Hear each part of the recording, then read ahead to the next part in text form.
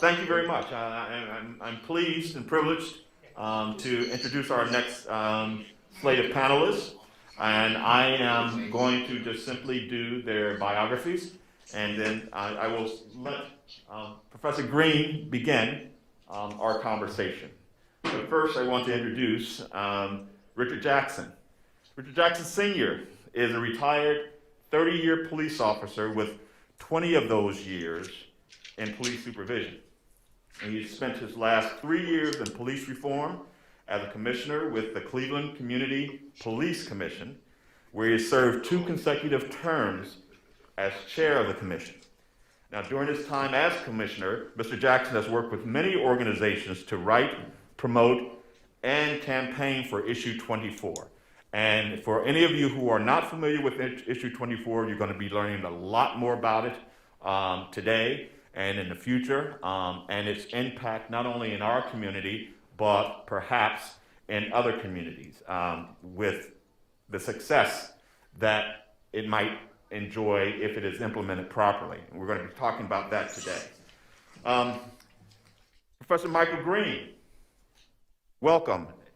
Professor Green is a member of Texas A&M University School of Law, and his scholarship focuses on workplace disputes and the intersection of race and alternatives to court resolution processes. He previously served on the faculty of Texas Wesleyan University School of Law, where in June 2008 he was appointed to the inaugural position of Associate Dean for Faculty Research and Development. He highlighted the significant accomplishments of the faculty while continuing to nourish and support the development and success of faculty members as scholars and as teachers. Professor Green was a visiting professor at the University of Georgia School of Law in the spring of 2013, where he taught employment discrimination and employment law. Professor Green also was a visiting professor at Florida State University College of Law, where he taught evidence and employment discrimination during the spring of 2008 semester. His legal practice experience in Illinois and Kentucky focused on representing clients in workplace disputes. He is a frequently requested speaker and expert in his field and has presented at dozens of conferences on matters pertaining to workplace disputes. Professor Green was elected as a fellow to the College of Labor and Employment Lawyers in June of 2014 and elected as a member of the American Law Institute in October of 2006. Just 7 years ago, he received the Paul Stephen Miller Memorial Award at the 10th Annual Colloquium on Scholarship in Employment and Labor Law.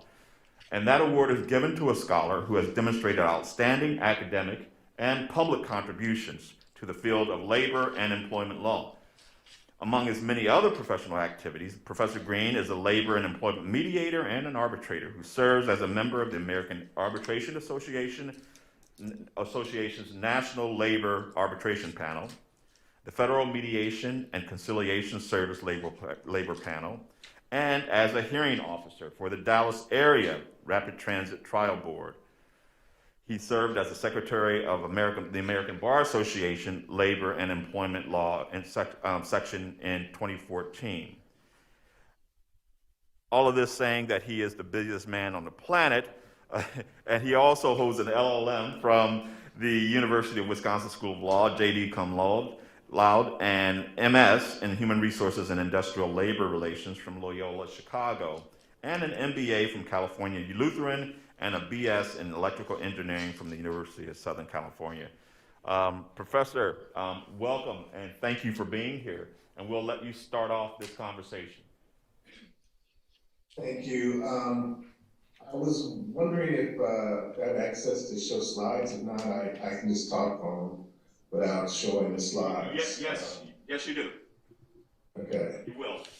All right, thank you.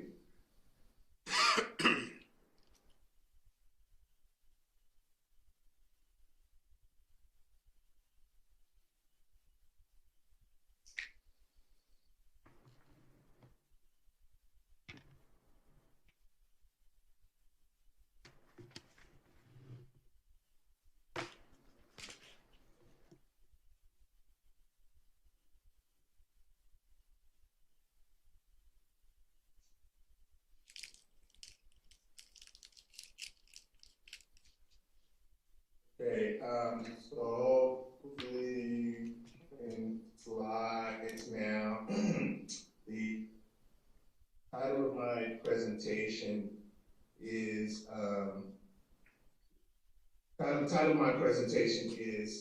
Black Unions Matter, and Black Police Unions Matter, and what I hope to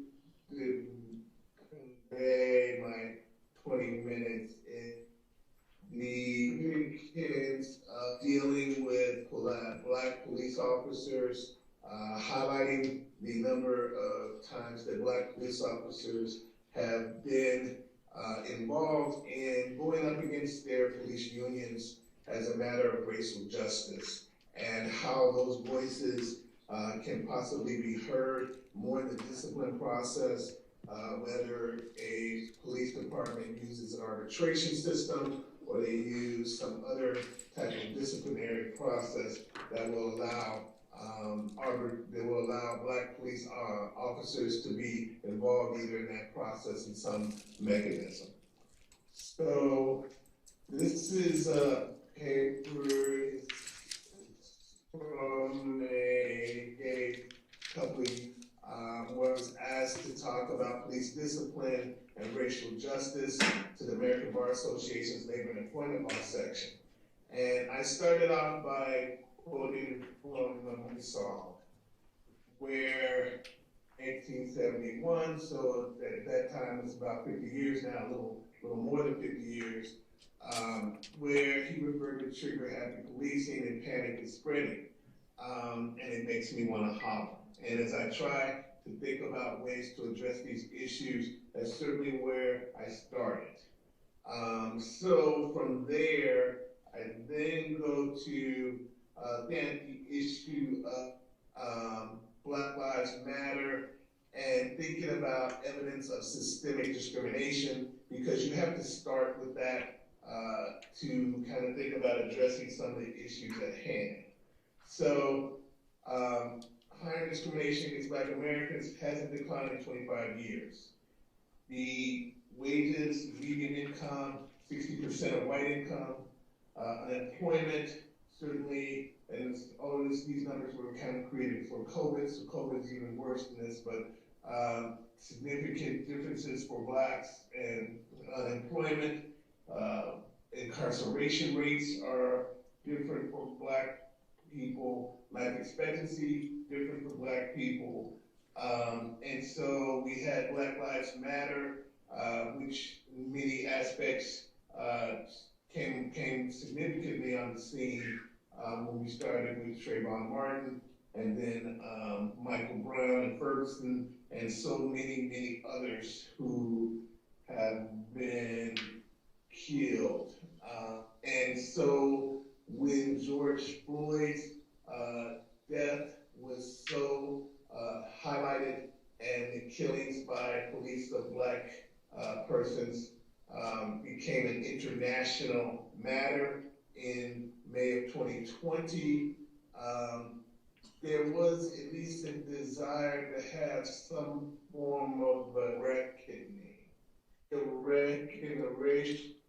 And from a national perspective, even an international perspective, as you saw protests go through not just the United States, but throughout the world.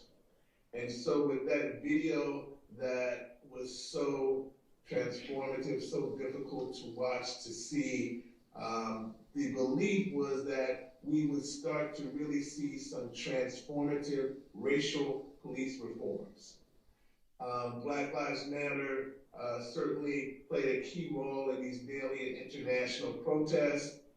There was a Gallup poll done in July 2020, 2 months after the George Floyd killing, where there seemed to be some resignation that everyone seemed to want some form of police reforms, but yet there have been more incidents, so many more incidents after, even most recently in February of 2022 in Minnesota, involving another young Black man.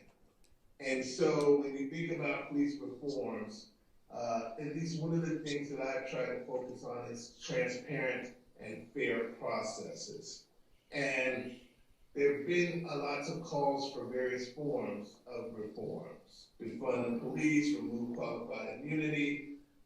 Most of the federal reforms, there are various federal bills that are Federal Justice Act, the People's Response Act that are out there, but they're languishing in Congress, and with a filibuster-proof Congress, none of these things have been able to pass. And by end of last year in May, states had passed at least 243 bills addressing reforms. These address things like chokeholds, no-knock warrants, requiring officers to use excessive force, some intervention by other officers, and those policing reforms are certainly ongoing. Because, of course, my background is in workplace law and labor and employment, I've come at this issue from the aspect of dealing with police officer discipline and asking for more counter voices as a form of protection. My thesis is that Black police officer voices must be heard, and through their unions, and I'm talking about Black police officer unions and associations and identity caucuses and affinity groups that they have formed, not the actual police unions. So if we think about what that would mean to hear Black police officer voices, there certainly have been some scholars who have raised questions that even raise concerns about Black police officer roles. And my intent is not to assert that Black police officers have a clear monolithic approach to what should be done regarding police discipline. And so certainly scholars like James Foreman, who have highlighted some of these issues, and Devin Carvalho and Saul Richardson have raised some issues regarding, Black police officers in some aspects being part of maybe the problem and maybe not necessarily the solution. But as I looked at that, they're more looking at actual policing issues and really the dilemmas that Black police officers face as they are expected to adhere to the Code of Blue while also dealing with their own Black identities. For me, the issue is more framed by looking at these caucuses, which have broader collective input on issues from a Black police officer perspective. If we look at Minnesota, when George Floyd died, and this is typical that you will see union leaders, primarily white men who are the union leaders, who will be asked to respond whenever there's been some incident that's occurred. And certainly in Minnesota, Bob Kroll responded. He said all the officers were fired without cause, and he said their terminations will be likely reversed in arbitration. This led to many municipality and government leaders stating that they basically had, this reflects how arbitration is maybe the problem. I actually don't think that arbitration per se is the problem. Arbitrators basically follow what the parties dictate, and there's lots of provisions in collective bargaining agreements, officers' Bill of Rights, and things that municipalities and governments and politicians have agreed to. But when they have a high-profile decision and the arbitrator has followed essentially the procedures and requirements that those parties have agreed to, but the public is not connected to that and doesn't like the decision, then there's an effort to kind of blame the arbitrators. And this certainly happened with the New York Times editorial opinion, where the editors argued that arbitration should be abolished in police arbitration. So as I look at police reforms and I think about discipline, again, I think we get too wrapped up in demonizing various groups, and I kind of draw upon Derek Bell's interest convergence theory and look for ways in which if we're going to really have a transformative change and not be 50 years from now talking about police issues and another time when somebody's making a song that is highlighting these issues, we have to think about those interest convergence things. And my suggestion is that there is a role for Black police officers in this discipline, and especially through their caucuses and unions. And if there's an opportunity to allow that to take place, this dissolves some of the, so instead of maybe blaming arbitration, some of the reforms have focused on that, but they don't have to. What they should focus on is changing some of the procedures and processes, and they can do that. And police unions have a motivation to deal with this because there are some legislatures that are coming in and just eliminating any kind of protections, as happened in D.C. Oregon and Connecticut remove certain of their officers' Bill of Rights protections. There's some defund the police and remove qualified immunity acts.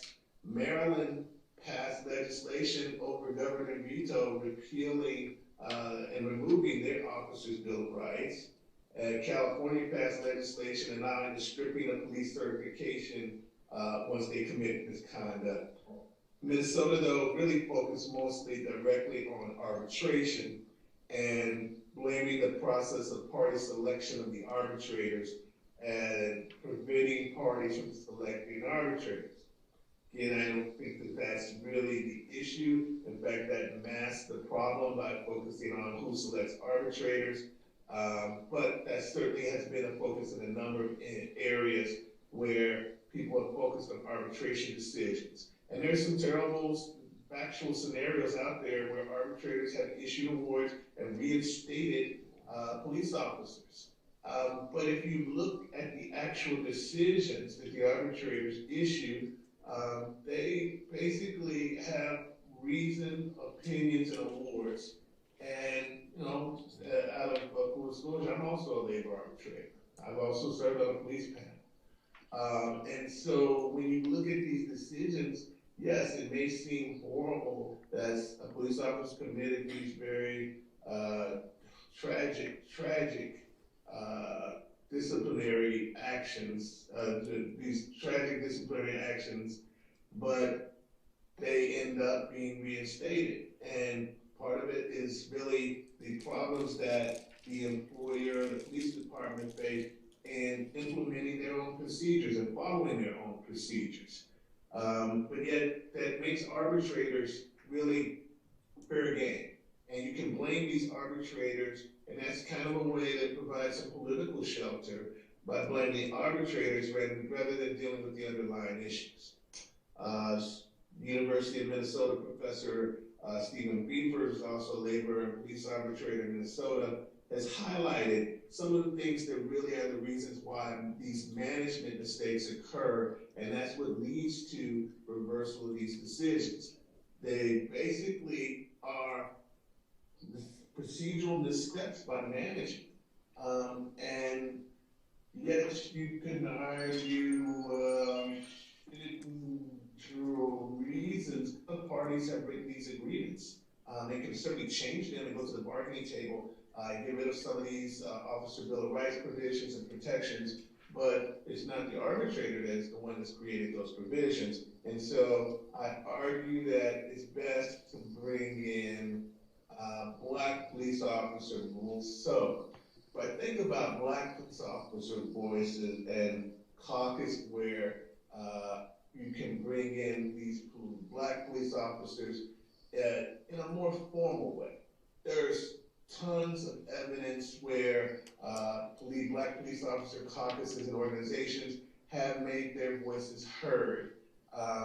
Because they are a caucus, they're not the actual union, there really is not a clear mechanism for them to have direct and stop these organizations from taking stances and letting their voices be heard, and really in direct conflict with statements from their own police unions. So there's mentioned a couple of these organizations. So there's the National Association of Black Law Enforcement, and highlight their websites here, but this is an organization that's got a number of police identity caucuses in a lot of states, mostly on the East Coast, where they are clear advocate for issues of law enforcement, and these things come from their websites because they're focused. And with over 20 chapters and 10,000 members, certainly a very powerful collective voice in making statements about what kind of policing measures and specifically police discipline should take place. So if we think about this, then from the aspect of, and I guess somebody feel free to step in and tell me how much more time I have if you want. I can see yes, you have about 5 more minutes.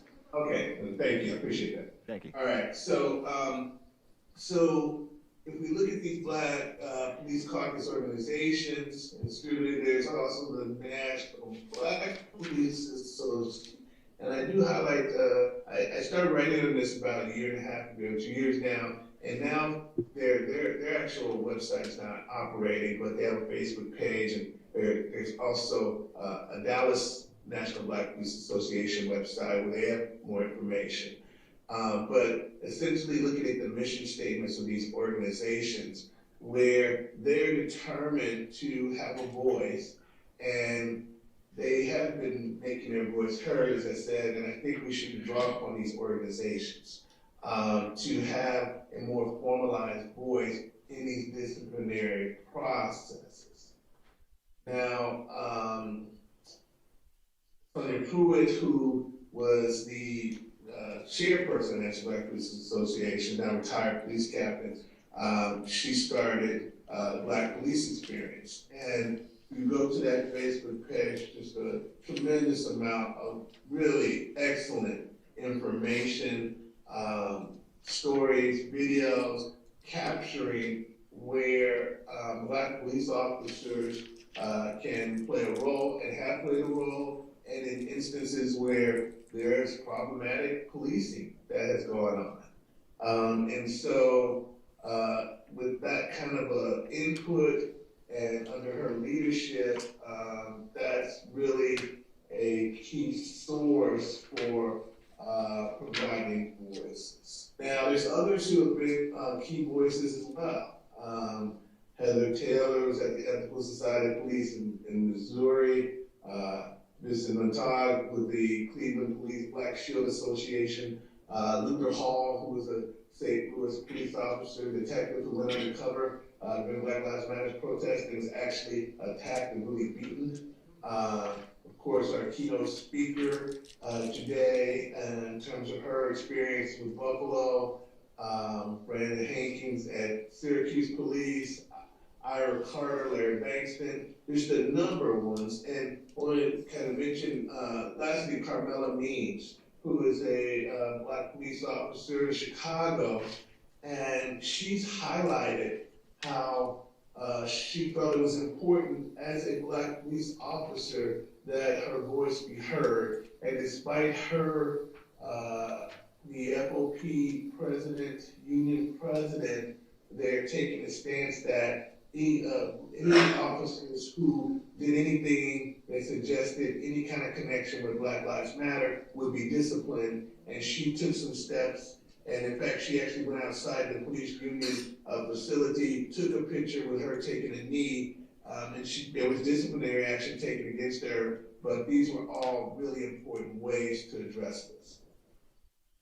The AFL-CIO, the Teamsters and SEIU unions put together a public safety blueprint for change. And this was in response to George Floyd, where they looked at these affiliate unions who are law enforcement unions in these organizations. Now, the FOP is the largest organization, was not a part of this. But they really decided that that there needs to be a change starting with unions and that they should require the members to speak up and take action if they see violations. And this is the kind of way where I see there's a role for police officers. So let me end my little story by talking about a tale of two different police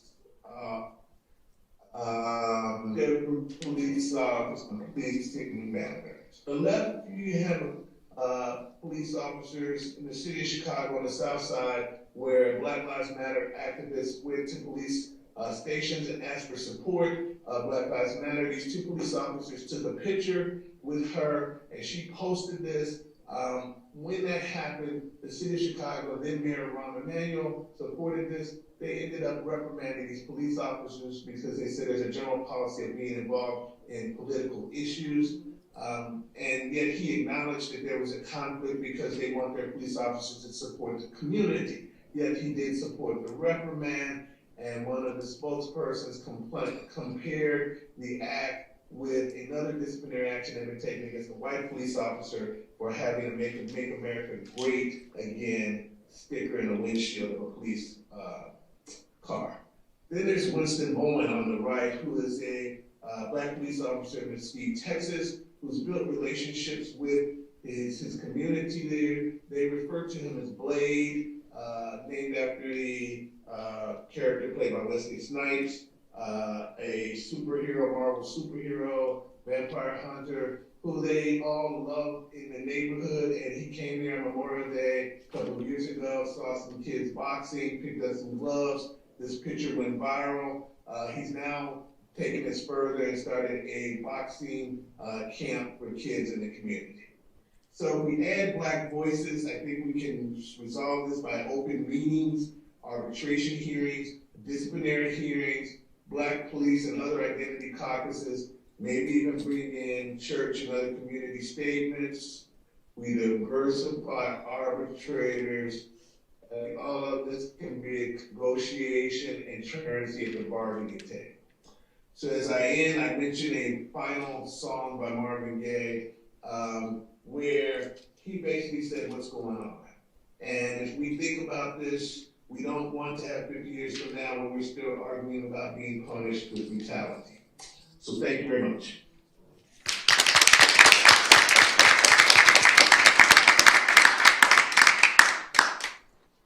Professor, if you don't mind, can you put your slide back up with the list of the Black police officers in the caucuses, the leaders? If I could use that list for a moment.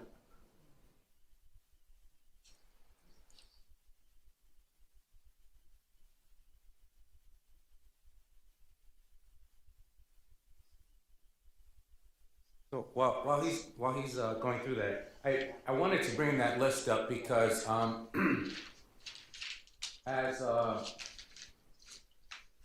think it was right after this one, Professor, the one with the list of the individual, that one, yes. I am also a member of the Black Shield Police Association, as well as NABLEO, National Black Law Enforcement Officers Association, and as well as NOBLE, National Organization for Black Law Enforcement Executives. The reason why I wanted everybody to look at this is because we're talking about discipline. And if you guys don't mind, I'll probably pace a little bit here, so please stay with me. When we're talking about discipline and we're talking about how it affects African Americans within the police department, Black police officers, there is a huge disparity. It is a great gulf fix in the police world, regardless where you're Cleveland, Buffalo, or wherever. I wanted to show you this list because the name up there, Vincent Montague for Cleveland Police Black Shield Association, he was the president, just our past president of our association. And this is something that you guys probably have seen on Channel 8 News here in Cleveland recently. You probably saw that the police department put out that they fired him. They said that he lied in an investigation, that he lied while they were doing an investigation or doing questioning. and what have you that have something to do with a bribery case or something like that. Of course, they did not want to tell you all of the facts of this. So let's just take him for instance. You're looking at that. Basically, they said that they fired him because of untruthfulness. At the same time on Channel 8, you also have a Caucasian commander. Not sergeant, a commander, in charge of an entire district, who there's overwhelming evidence that this person was untruthful. Not only was he untruthful in an investigation, but he was untruthful in court. He was untruthful in a deposition. It was proven in court. He's still where he is today. This happened 3 years ago, and it's still ongoing. He has not been removed from his position. He has not been removed from the job. So he's a commander, and you take that, and then you look here, a black leader, and that's the one they wanted to go after. So I'm bringing this up to show you all the things that you've seen in the 40s, the 50s, the 60s, and the 70s when we're talking about race relations within the United States continue on today within the police department. So as we go through this whole issue of discipline, you'll start to see that what's happening on the street with officers, how they're interacting with people, it's really only a micro cause. It's really just a small fraction of what's actually going on inside of the police department.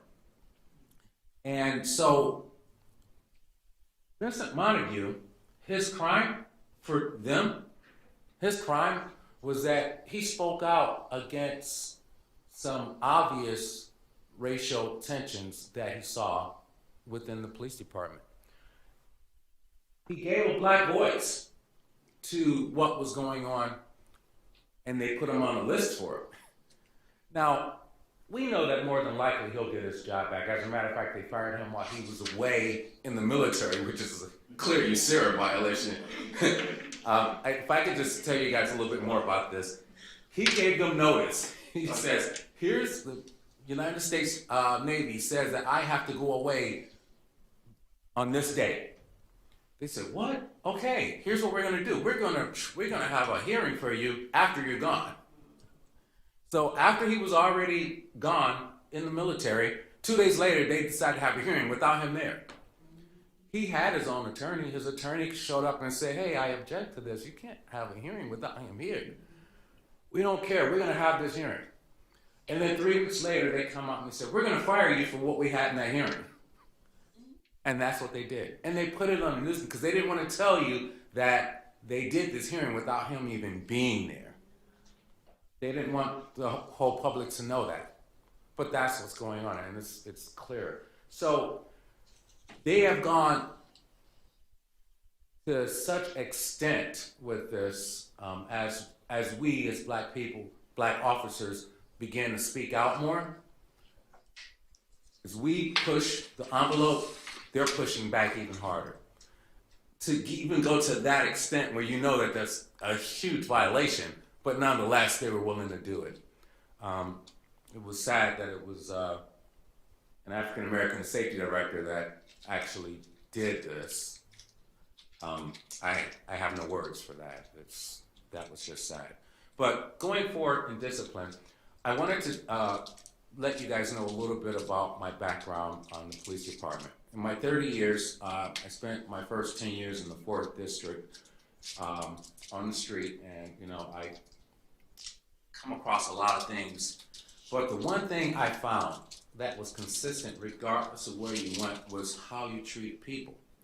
I'm recalling a situation where I was in a car accident off duty on Kinsman Avenue, and I had my 1-year-old was in the back seat, and all the cries of your children, and it wasn't a cry for food, it wasn't a cry for diapers, but there was this cry, and I'm thinking, oh my God, did the seat thing break her, sternum or something? And so I lost track of everybody else around me, and someone punched me out of the crowd because, I had shown my badge, and, doing the stuff that they taught us to do in the academy. You get out, you show your badge, all that. There was a guy across the street on a payphone. Back then they had payphones. Some of you probably don't know about that. There was a guy across the street on a payphone. And it turns out I had just arrested him 3 weeks prior. And he came over, because I was woozy, he came over with this big stick and hit everybody and got everybody off of me, took me back to my car, sat me down, and stayed by my car with me while he called the police and wouldn't let anybody come do anything. And he said it was because when I arrested him, I had treated him like a person. I mean, get arrested, that's a situation. It's not like you're a bad person. Anybody can get arrested. Anybody in here could be arrested just leaving here on the campus today. That's not a big deal. But it was how you treat people that makes the difference. So as you go forward, and as a police officer, as you go forward, you start to see what they're teaching you in the academy versus what you know as a person. Exactly.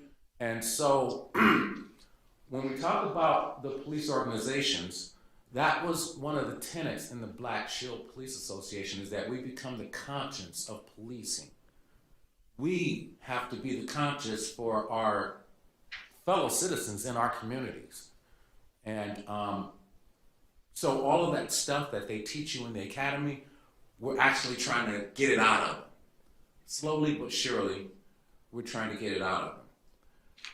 Here's where the problem lies. Within most police departments throughout the United States, there is a culture, and culture eats policy for breakfast. The culture is that if I want to be a detective, and let's speak about Cleveland specifically, if I want to be a detective, if I want to get promoted, if I want to do this or that, I have to find the person or people within the police department who have the ability to get me there. Not by what I do, but just by them liking me. So those are the people who I'm going to go out and drink with. Those are the people who I'm going to hang with. And whatever they're talking about doing on the street, I am going to do the same thing so that I can achieve what I'm here to achieve. Because ultimately, I'm not a psychologist, but ultimately what I've seen in 30 years is that it's about a reward system. Everybody has some type of reward. Most of you gone to law school, if not all of you gone to law school, and you went for some type of reward. Your JD at the end of it, being able to take the bar, hopefully being able to practice after that. There's a reward system that all of us have, and we do these things based upon that. Within the Cleveland Division of Police, the reward system is this. If you're kissing my ring, I will give you what you want, what you need. I need you to go out here and go do that because those people over there are doing that, these people over here are doing this, and you go out and do that. Now, if you do that the way I tell you, don't worry about discipline. When we get ready to go and do this, we will, how do you say this? We will appease the people who are asking for accountability by at least bringing you up on charges. And then we'll say within the hearing that there was no evidence to say that you did anything wrong. Yes, it is that wide open here, which is one of the things that really prompted the writing of issue 24. When I was on the police commission, we wrote a very strong discipline policy. This discipline policy was built upon equality. It was a policy that's based upon equal, not equitable. I'll get to that in a minute, but that's extremely important that we understand that difference. This policy basically stated that regardless of what rank you are, regardless of what your last name is, if you do this, you get this, period. Why that's so important is because the DOJ, when they came in with the consent decree, they had to try and bring the Cleveland Division of Police, their discipline standards up to at least 1995. They were that far behind. We're talking about the police department that is in the age of the Jetsons, but operating like they're in the age of the Flintstones. I hate to be that harsh, but it's just a reality because I had to live it for 30 years. So they said you have to at least have mitigating and aggravating circumstances. You know, you need to at least be able to look at those. They took that and said, all right, we can say this person has mitigating, but that person has aggravating. You can guess who had aggravating, and you can guess who had the mitigating. And that's how it ended. That's how it turned out. I bring that up because there's a case that was settled by this particular safety director recently, where he had two people within a 3-month span before him, both of them for the exact same offense, which was a social media violation. One was a 4-year black female officer who took a photo with some kids where they were, well, not photo, I think it was a TikTok or whatever, where they were doing dancing, and she was wearing a uniform, much like the officer in that photo that the doctor had where the officer was boxing with the guy, where you would think an officer boxing with somebody who's hitting him, that should be an automatic violation, but you never looked into why or what. So this officer was dancing with a group of small girls who wanted to be police officers, and she was dancing with them. They said she violated the social media policy because she did that in uniform. She was suspended for 20 days.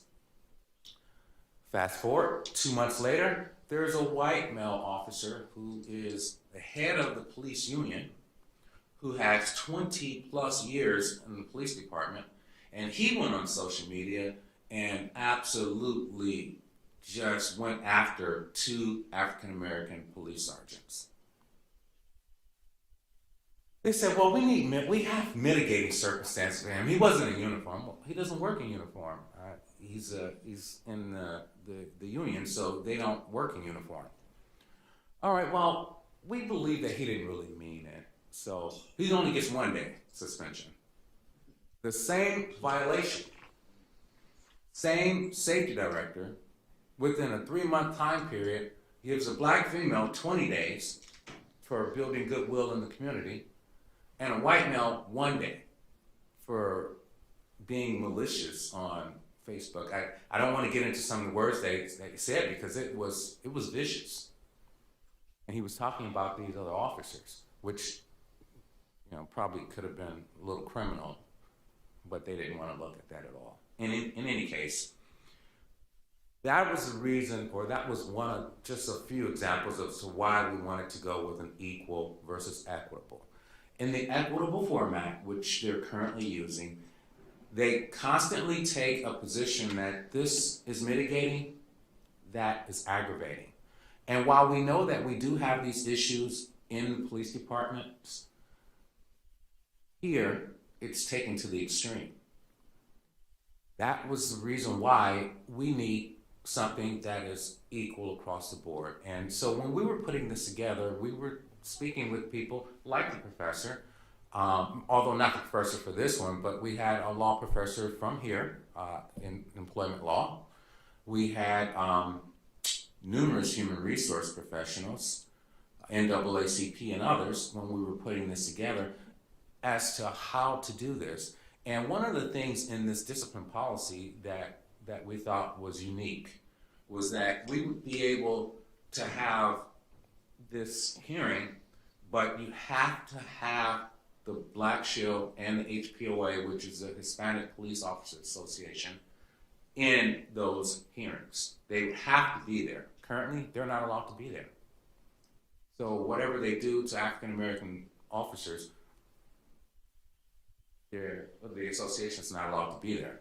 So they would have to be there. But what we did that was unique was that after the deputy chief hears the case, and before the deputy chief gives it to the chief or the safety director to make a determination, it has to go through this board.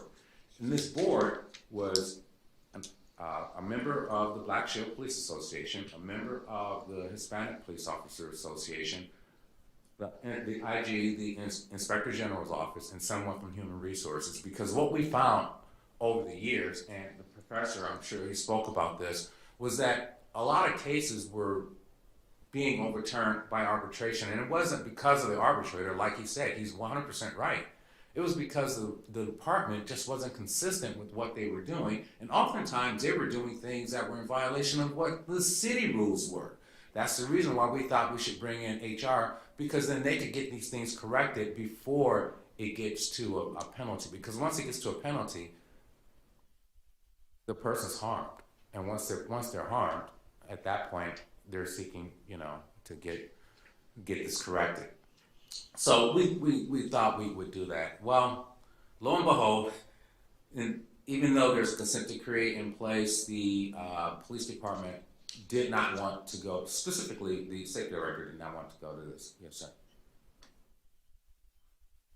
The safety director didn't want to go to that. He didn't want an equal format. He wants to keep everything in an equitable format, and it just wouldn't work. So, Income Issue 24.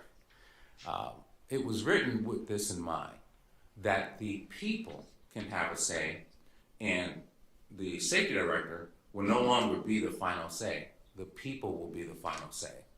The people have seen some of these things. They spoke out loud about what took place with Vincent Montague, because they saw it. They said, how can he do that, but keep this commander on the job and not even discipline him? So the way it goes now is that you have the mayor, then you'll have the police commission, then you'll have the safety director, then you'll have the chief of police. So both the safety director and the chief will have someone above them before the mayor. This takes away a lot of the political issues that were going on, because once a mayor selects a chief of police or a safety director, if you're a mayor, why would you want to fire them and you selected them? It sort of puts a lot of pressure politically. And in my 30 years, I've only seen one mayor that was willing to change chiefs of police. That was Mayor White back in the 90s. He didn't mind changing chiefs of police, but most mayors don't want to do that. This takes that onus off of them, where the commission could make that recommendation if this chief or if this safety director needs to go, and that's where that is. So with that, I want to thank you all for your time, and I'll stick around if you have any questions. Thank you.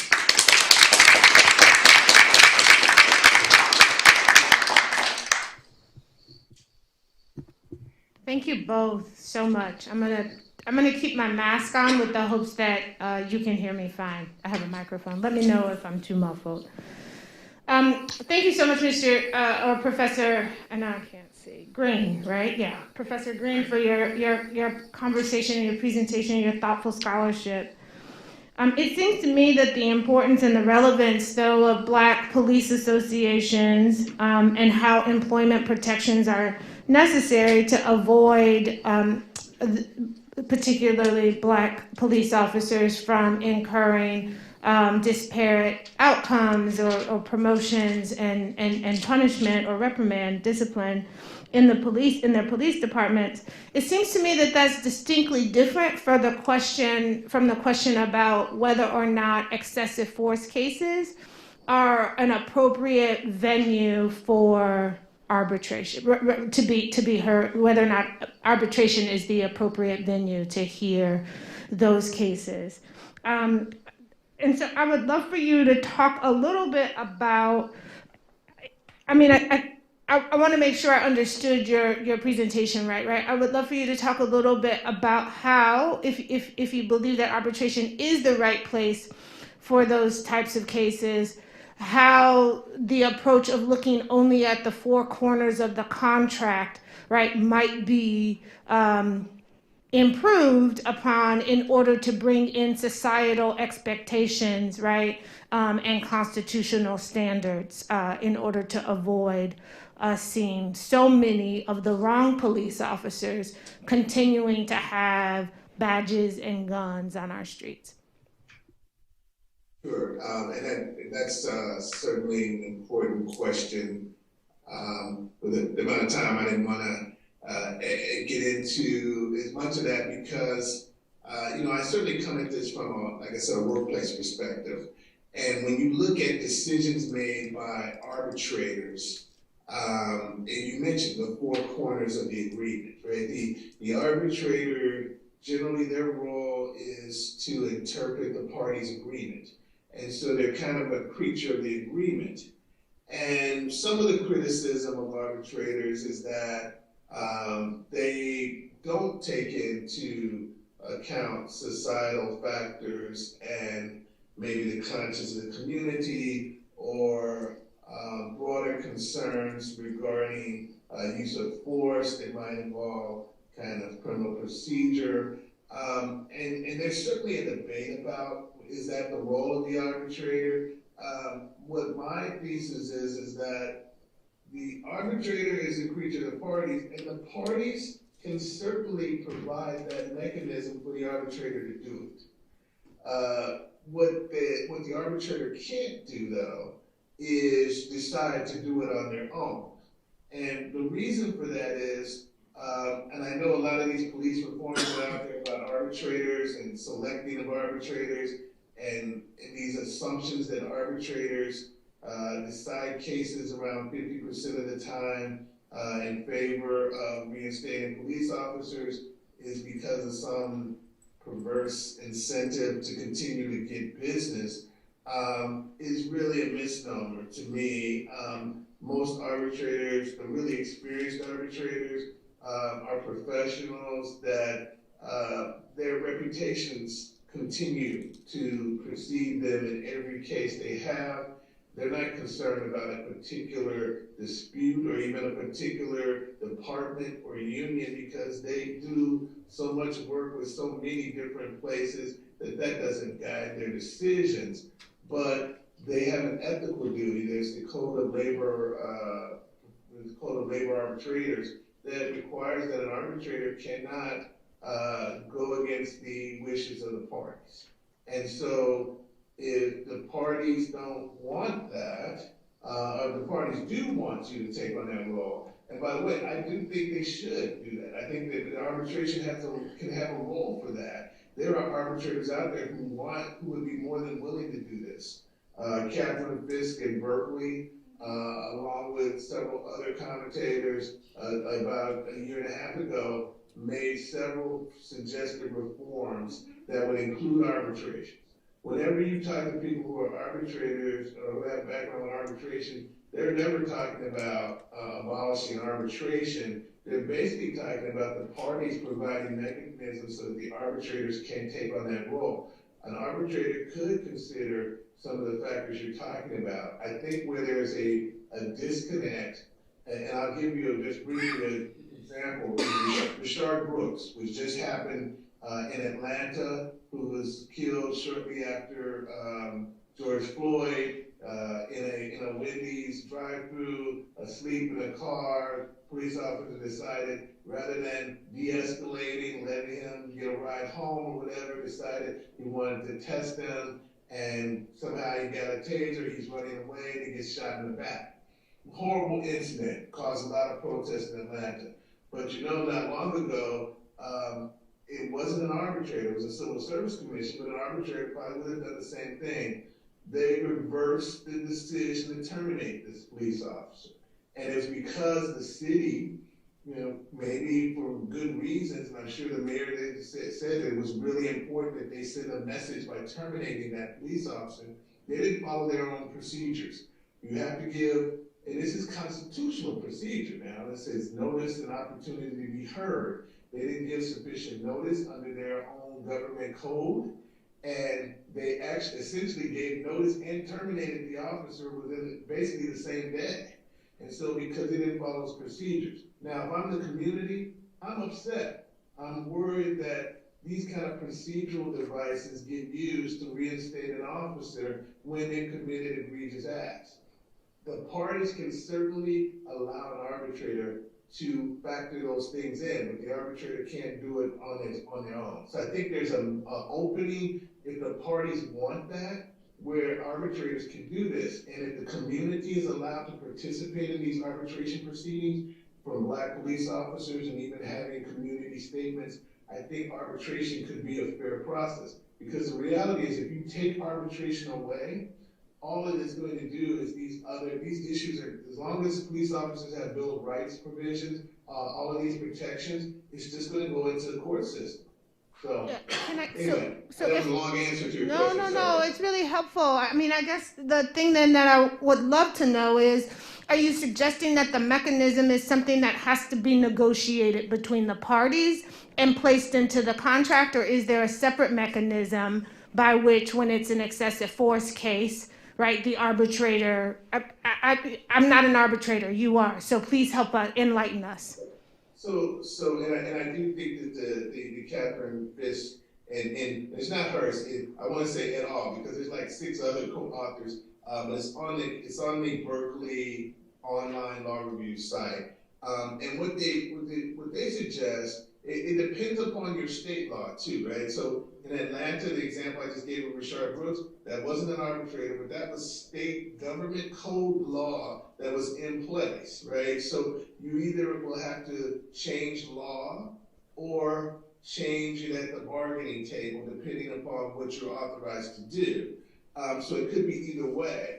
But to basically give the arbitrator that kind of authority and guidance and have provisions that might even say, one of the things she suggested is that even if there are procedural violations like that, if the officer has clearly committed misconduct, then you cannot use those kinds of procedural violations to reinstate them. And so that's, again, arbitrators might love to do that right now, but that's not how the parties have negotiated. That's not what these states codes say. They basically say you have these procedural protections in place. So you either have to have the wherewithal legislatively or the pressure politically, so that the union and the departments agree to not have these protections and allow it to be resolved. Because there will be some ultimate decision making, whether it's an arbitrator, a safety director, whoever it is, a civil service commission. And the real point is putting in clear statements of policy that will say, yeah, you might have certain procedures, and you're right, we didn't give you a notice, and within this time, we'll rectify that, but you still get to be terminated. Those are the kind of things that need to start to be in place, because this is a little bit different than a traditional labor arbitration setting when you're talking about lives that have been affected and people have been killed because of it. And so you should provide those kind of provisions up front so that the arbitrators can enforce those provisions. I'm so sorry. I'd like to ask Sergeant Jackson. First, I'd like to make a statement and then ask you a question. I'm glad you brought up the Montague case. They got him on a technicality, while white veterans on the police department were guilty of the same technicality under oath and in court, and as you point out, in depositions, while Vincent's right to due process were totally violated through the procedure. My question to you is about the new system. Having been present at the birth, when the issue 24 was written, and we developed this oversight system by the commission to review the chief and the safety director. We never talked about process. We never talked about whether there were going to be substantive rules in place, whether the system of, as you point out, mitigating and aggravating circumstances, which has allowed for the disparity in the outcomes, will still remain and be a part of how the commission approaches disciplinary issues. How do you see that happening? Great question. Yes, the process I see it more like this. The CPC, the commission, has already drafted a disciplinary, a new disciplinary guideline or general police order. With them being now at the top, they're no longer asking the safety director or the chief, could you please implement this? They're now telling them to. That process, on the front end of that, that's the process on the front end. On the back end of that is, how do I see it working? The way I see that working is that once they see that there's no longer this opening for the chief or the safety director or any other person who may be a legacy officer relying upon their last name to get them out of things, once they see that that's no longer the case, it changes things on this side with how they operate. Right now, you have a lot of officers that are doing things because there's an expectance on the other end that there won't be any consequence for it. When they start to see that there really is a consequence regardless, and it doesn't matter whether you're the safety director or the chief, a commander or a patrol officer, that all of this will happen to whomever does it. It will change a lot of what's going on over there. Additionally, I also wanted to say that that reward system that I spoke about changes how the officers think about dealing with people on the street when they realize that this person who they're dealing with today could be the person that will get them promoted 5 years from now, 6 years from now, or it could be the person that will hold up their promotion. That changes how they deal with them. So that was one of the processes I was looking at.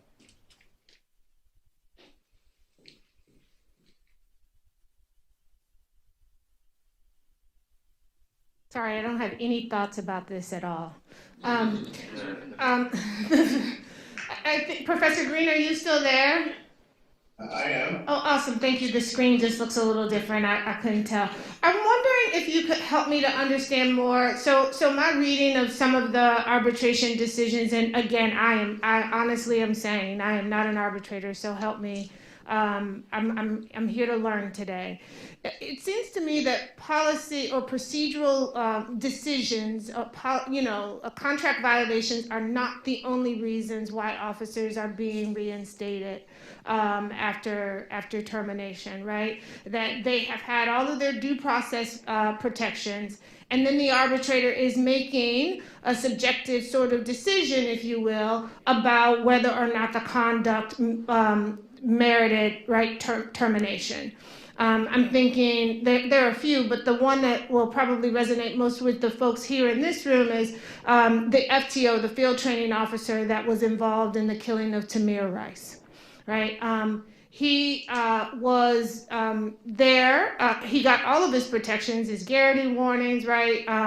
Time to make a statement, right? Notice a pre-disciplinary hearing and the like, right?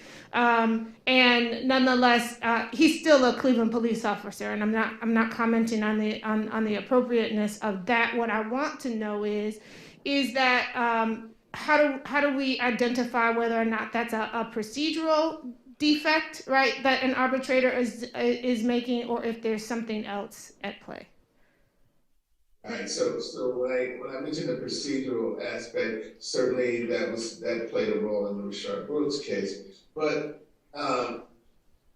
when you see a lot of these decisions, right, like I said, that was one of the points of my slides.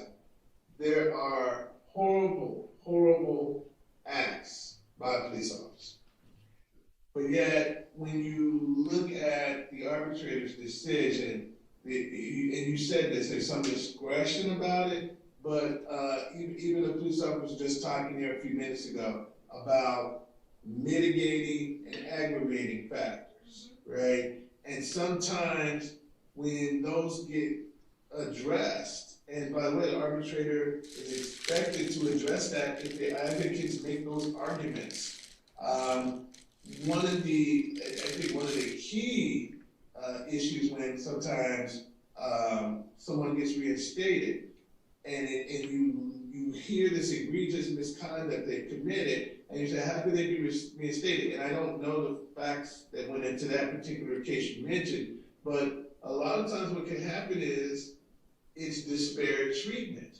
And the officer was giving some examples of that when he was talking about how black officers, when he mentioned the social media, what can happen is you will see like an example where someone was handcuffed and the police officer punched someone and did these horrible things. And then when you get into arbitration, the union will bring in the evidence that some police officers at that same department, in that same unit, basically did much, much worse things and were not terminated. And so that disparate treatment gets presented to the arbitrator, and the arbitrator has to assess that in the context of what's presented in terms of disparate treatment. But I think when you look at the actual decisions, what happens then is like you'll have a police chief or a department head will go, this is horrible, we can't do anything, it's the arbitrators that are stopping us from doing this. But if you look at most of the decisions that are, you can maybe quarrel a little bit about some of the factors there. By the way, if you told me that I was going to develop a dispute resolution system that is jointly managed by repeat players with pretty equal bargaining power, like a union and a police department, and you told me that on average, the result would be somewhere around 50-50, I would tell you that sounds on its face like a fair system. But what happens is that people will hear these egregious situations and they will think, and the police department heads will say things like, well, this was, arbitrators are preventing us from disciplining police officers. And it is not the arbitrators, it is actually the acts of those departments in terms of not either having clear procedures, providing so many protections, or really how they are not enforcing their discipline in a fair manner when it comes forward. And yes, like I said, if they want to put in provisions that say, you know what, even though we haven't been enforcing these provisions in the past, we are now going to make a change, they certainly can do that. But there's provisions, usually police officer bill of rights provision, how far you can go back and look at things, and how far, how much time you get. And there's the things that those parties have agreed to be considered in the process. So I don't discount, arbitrators are not infallible, right? They're not always going to be correct, and I'm not saying they are. I'm just saying that what happens is the parties create this process. And by the way, there's a number of these decisions where you will see union advocates. You rarely see union advocates complain about those 50% of the time when they lose. It's really the times when you see departments where they're losing and they're not really looking at the underlying analysis as to what was done wrong. Now you can blame the arbitrator and say, well, they considered these mitigating factors, they shouldn't have considered them or not. That's certainly fair game to assess what the arbitrator did, but you could have that, whether it's, like I said, it doesn't have to be an arbitrator. Somebody's going to be making a decision down the road. If you, again, I go back to Rashard Brooks case. If you go by the New York Times editorial, they suggested abolish arbitrators, make sure that it's some civil servant who's accountable to the public.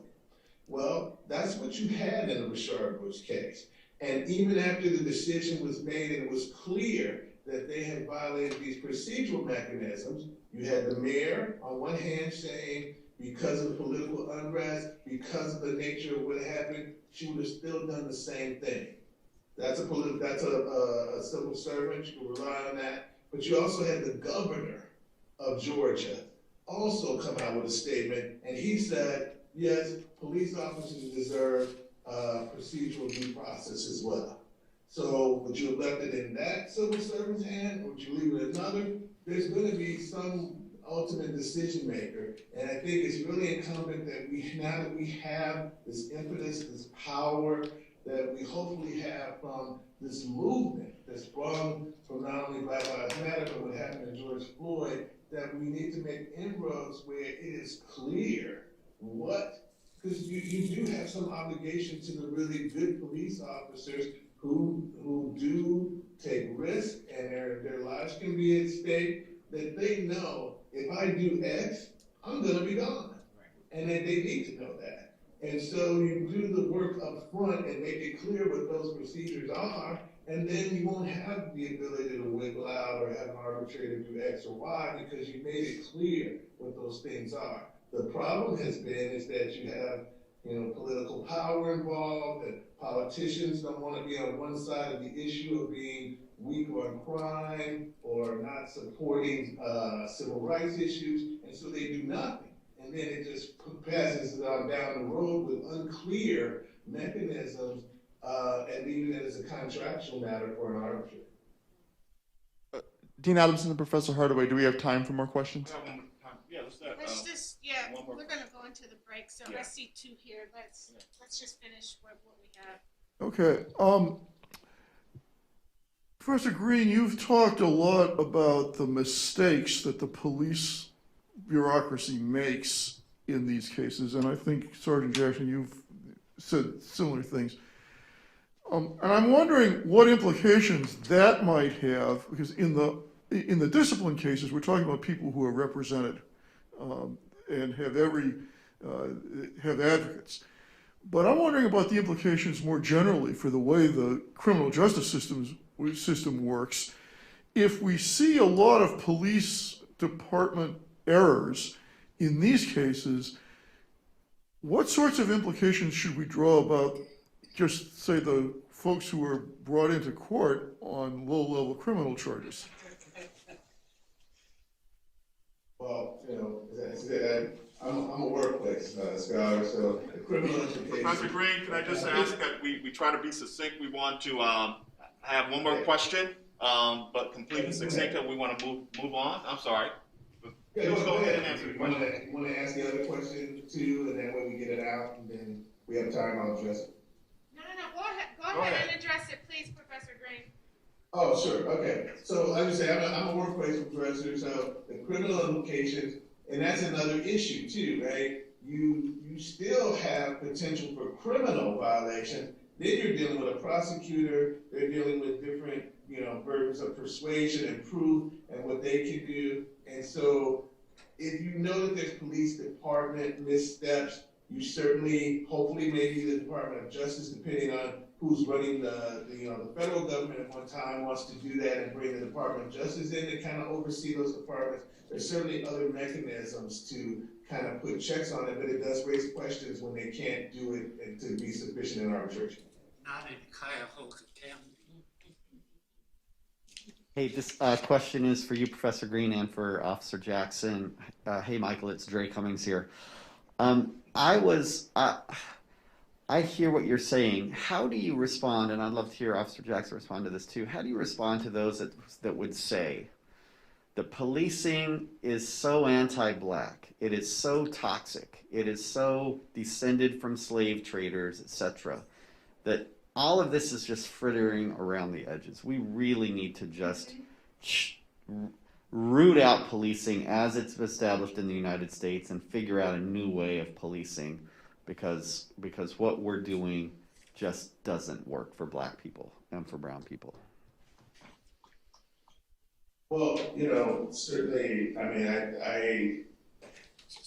for me, I think the root is at the people who are in the power to make those kind of decisions certainly should consider all different aspects. But for me, when I'm looking at a workplace disciplinary process, and I'm saying that, there's a way that this can be done, the problem has been that you have allowed, and police unions operate differently than most labor unions, where they have this kind of political power and they've been allowed these kind of rights to kind of create these rights. But that doesn't mean that there aren't also sometimes a lot of department missteps and inconsistencies, and as mentioned, maybe to the detriment of black officers, that you need to have protections in place for that. If you totally were to do something new, that's probably outside of my realm of expertise in terms of policing, but I'm not against that either. I think we don't want to be here another 50 years again and say we're still dealing with policing issues and trigger-happy policing and have no answers, as Marvin Gaye does. If I can address that real quick. I remember a criminal justice class where they had this book they were teaching the young people coming onto the police department, and it had 3 body types, and they said, this is the most dangerous. The endomorphic, the ectomorphic, and the mesomorphic. And they said the mesomorphic is going to be the most dangerous person you're going to encounter. Just so happens that the 3 photos in there to identify each body type. One was a Hispanic male, endomorphic. One was a white male, ectomorphic. And of course, there was a black muscular guy in there who was mesomorphic. I hate to bring it to that because that's what you see. I personally believe that issues like issue 24 is a big step in eradicating a lot of those things because it's more like, let's think about a business. If the customers are telling the store what they want, it's the store's job to make sure the customers get what they're asking for. Here, we're having the people who we serve, the citizens, tell the police, this is how we want you to police. This is how you shall police. And now, we're not asking, we're telling you. And if you don't do it, we'll take care of business. I'd like to take this opportunity to thank our panelists.